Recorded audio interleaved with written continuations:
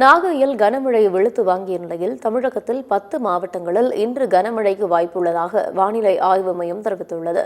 தமிழகத்தில் வெயிலின் தாக்கம் படிப்படியாக அதிகரிக்க தொடங்கிய நிலையில் வானிலை மாற்றம் காரணமாக தமிழகத்தில் ஒரு சில பகுதிகளில் கடந்த சில நாட்களாக மழை பெய்து வருகிறது. அதன்படி நேற்று நாகை மாவட்டம் நாகூர், வேளாங்கண்ணி, திருப்பூர், கீழ்வேளூர் உள்ளிட்ட பல்வேறு பகுதிகளில் காற்றுடன் கூடிய கனமழை பெய்தது. இந்த மழையினால் பொதுமக்கள் மகிழ்ச்சியடைந்துள்ளனர். இந்நிலையில் வளிமண்டல கீழடுக்கு சுழற்சி மற்றும் கிழக்கு திசை காற்றின் வேக மாறுபாடு காரணமாக தமிழகத்தில் 2 நாட்களுக்கு மழை பெய்யும் என்று வானிலை ஆய்வு மையம் தெரிவித்துள்ளது. அதன்படி குமரி, நெல்லை, தென்காசி, தூத்துக்குடி, விருதுநகர், ராமநாதபுரம், சிவகங்கை, தஞ்சை, புதுக்கோட்டை மற்றும் மதுரை ஆகிய 10 மாவட்டங்களில் இன்று கனமழைக்கு வாய்ப்புள்ளதாக தெரிவிக்கப்பட்டுள்ளது. அதேபோல குமரி, நெல்லை, தென்காசி, தூத்துக்குடி, விருதுநகர் மற்றும் ராமநாதபுரம் ஆகிய 6 மாவட்டங்களில் நாளை கனமழைக்கு வாய்ப்புள்ளதாக தெரிவிக்கப்பட்டுள்ளது.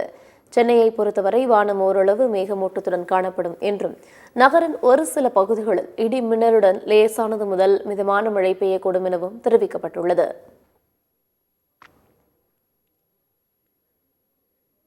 இந்நிலையில் கனமழை எச்சரிக்கையை தொடர்ந்து மாவட்ட ஆட்சியர்களுடன் முதலமைச்சர் மு.க.ஸ்டாலின் காணொலி காட்சி வாயிலாக ஆலோசனை நடத்தினார்.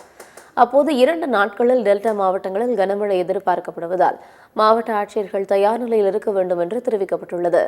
மழையால் நெல் பாதிக்கப்படாமல் கொள்முதல் செய்யவும், கொள்முதல் செய்யப்பட்ட நெல்லை பாதுகாப்பாக வைக்கவும் உரிய நடவடிக்கைகள் மேற்கொள்ளப்பட வேண்டும் என்று அறிவுறுத்தியுள்ளார்.